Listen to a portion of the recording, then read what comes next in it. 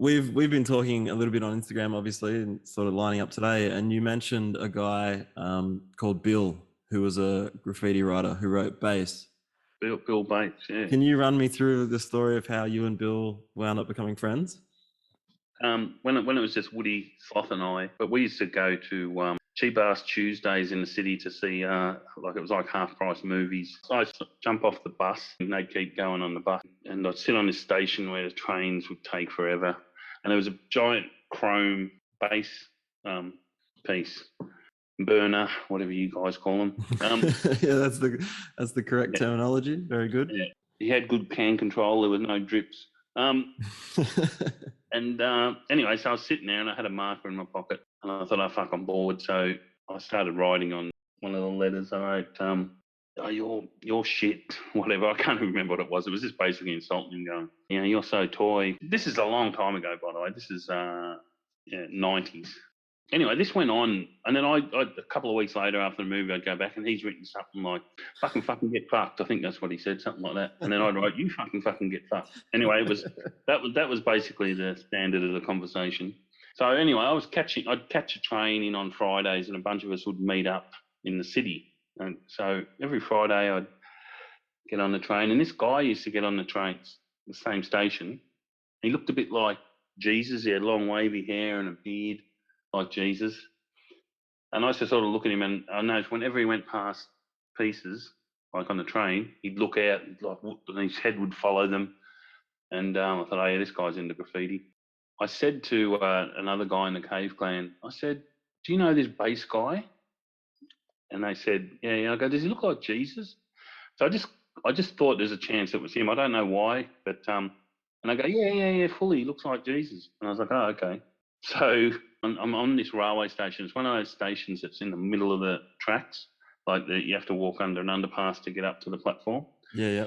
Instead of walking all the way past the friggin' station and then, you know, you walk down the ramp and then all the way back up, I just used to cross the tracks. As soon as I stood on the tracks, these guys came out of the waiting room and, you know, they booked me. It's still on my friggin' record, trespassing. But anyway, so they gave me a fine and I missed my train. So I'm just down there thinking, assholes.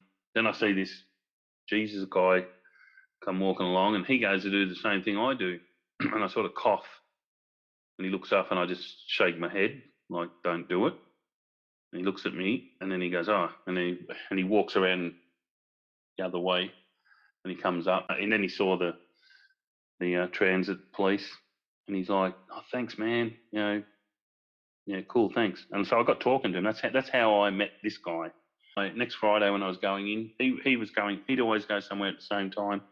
I can't remember what it was. And we got talking. I said, oh, you're into graffiti? And he goes, oh, how do you know? And I said, oh, because you keep looking at paintings and I can see drops of paint on your shoes. And he's looking at me like, fuck, what's this? Dead giveaway. Is this guy undercover or something? In the end, he told me he was Base. But I still didn't tell him who I was. And I said, I saw this shit at Rushall Station where this guy's having a go at you, and he's like, fuck, man, I don't know what's going on. These guys have got it in for me. This Dougo guy, he wants to fuck me up and all this sort of shit. I'm going, oh, man, that's fucked. I said, oh, look, I know some guys in Cave Clan. Do you want me to have a word to him and try and find out? He goes, oh, that'd be cool, man, that'd be cool. So where we were going on Fridays was this Hare Krishna restaurant in the city, and we used to all meet up in there, and we'd just bring photos of shit that's happened that we'd been doing. This is before social media was anything much. It's one of the guys in the group had done this photo shoot that ended up being in Good Weekend magazine, and he'd given me some copies of the photos, and there's this gigantic A4 size photo of me in Cave Clan overalls. Yeah, we're on a train. I see Base. I start talking to him about Cave Clan shit, and he's telling me the latest, because I'd gone back and written some more shit about him. I started writing even after meeting him. Yeah.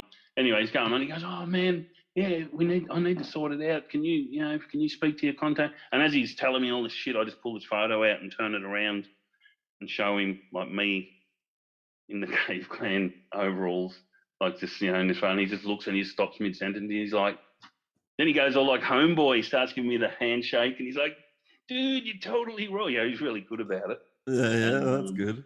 He came to quite a few things. He was at all our parties. All those guys, they were a crew called RPB, which was, I think it was Rape, Pillage, Burn, some macho name like that. And they all came along to everything. I've got old party videos and, videos from parties and everything there. But and they came to heaps of stuff over a few years, and yeah. But then the sad ending was he was outside a McDonald's in Melbourne next to a pub. The bouncer from the pub walked up to him and told him to fuck off. And he said, "I'm waiting for my mates to get something from McDonald's." Yeah, the bouncer punched him in the head, and he fell and hit his head, and now he's wheelchair bound and can't really speak and You're kidding. all that sort of thing. Yeah, no, it's pretty shit. But the bouncer was American, and he just went back to America. Like, he didn't even have to go to court or anything. Maybe, I think he was supposed to go, but I think he just skipped. Fucking hell. It was a funny story, but yeah, sad ending. Yeah, definitely, man. Well, respect to Bill. It is sad to hear that. Yeah. Oh, he was a nice guy. Or he is a nice guy, yeah. Yeah, it's happened. I mean, there was a period of time where that was happening quite a bit. People getting punched, and I'm sure it happens a lot still. But yeah, it's just really sad stuff. Yeah. Well, now it seems to be more shunned, like more frowned upon. Like it's and they changed it to coward punch and all that sort of thing. And yeah, hopefully it's died off. I don't know. I guess it's hard to tell with all the lockdowns and that. Who knows what's going to happen once everyone's back on the street? We'll remember, totally, man. We'll remember there's so many assholes because we've forgotten about that. Yeah, that's right.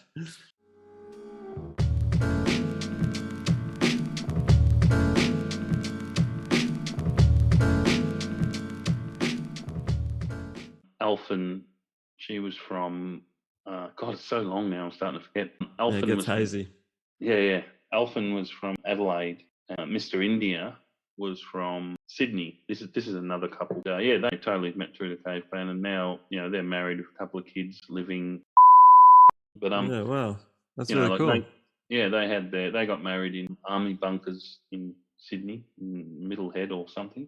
Oh, okay. And I talk about Prowler a bit, like the nicest guy you'll ever meet. I talk about him a bit about how his wife had a heart attack and died, and how the whole group sort of got together and bought his kids, like a PlayStation and all these games, and helped Prowler out, with stuff. And Prowler, a good example of that side of the clan. And once to me, he goes, people in the Cave Clan, some of them are more family than my actual family. Yeah, I can imagine it is like a family, isn't it? And I guess exploring with other people, it's very much a bonding experience. Not to mention doing things like the clannies and having expos and the amount of involvement that someone has, aside from just walking down a drain. It's really positive. I think I said that maybe in that media, the ABC thing. I don't think the Cave Clan's about going in drains. That sort of looks after itself. The thing that makes the Cave Clan different is having this amazing group of people that work together. And that's one thing that seems to be changing. There's fewer people putting their hand up. I don't know if that's a sign of the times or whatever, but there seems to be more people that are like, people are chucking rubbish in the drain, at a party or whatever. They'll come up and complain to you, and you're like, well, you can pick them up, or you can go and have a word to them. There's a lot of people telling you what's wrong, but not doing anything to help. Whereas it used to be like, you'd say, oh, we're going to set up for the clannies, and 25 people would show up to help. Whereas it got to the stage where there was like 2 guys showing up, and by the end of the night, they'd be stuffed. Yeah, it does take a lot of initiative, I guess, to keep things like that going from members of the group, doesn't it? Yeah. Look, I hope it gets back to how it was, and I hope that people get to experience relationships and the good things, rather than just thinking of Cave Clan as somewhere they can go and explore drains with people. Yeah, get an Instagram photo or something. Yeah, all that kind of shit.